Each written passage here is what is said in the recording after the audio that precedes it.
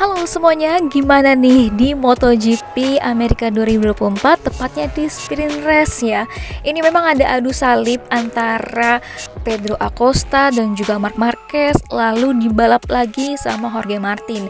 Ini ketika jalannya sprint race 5 lap lagi gitu ya. Yang pertama memang si Pedro Acosta ini sempat menyalip si Marc Marquez, tapi Marc Marquez bisa kembali menempatkan posisi dirinya gitu ya untuk menyalip Pedro Acosta.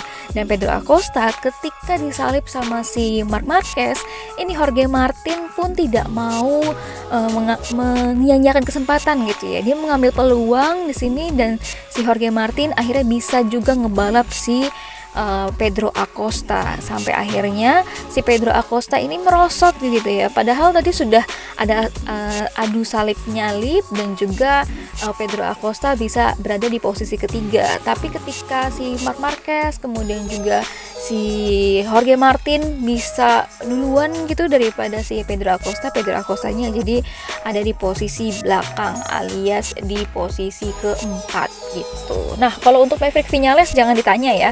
Untuk Maverick Viñales sendiri memang dia sudah melesat ke depan, udah di posisi terdepan gitu. Nah, beda lagi kalau kita ngomongin soal Francesco Bagnaia atau PO Bagnaia yang memang kayaknya punya masalah sama motornya, yang tadinya dia di posisi keempat sampai akhirnya dia cuma bisa di posisi ke-10 kayak gitu.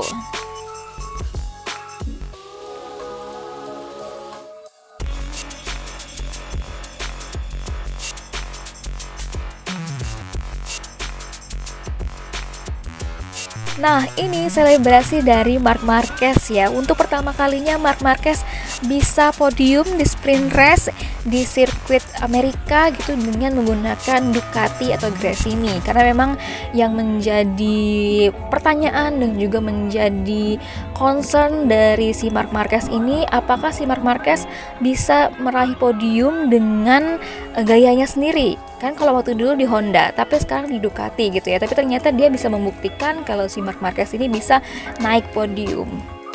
Ada selebrasi yang tak terduga juga dari Marc Marquez. Ini selebrasinya ya ampun, Marc Marquez sampai ngedance ya, sampai kayang-kayang dan juga sampai goyang-goyang ke bawah. Memang sih Marc Marquez ini suka banget ngedance ya.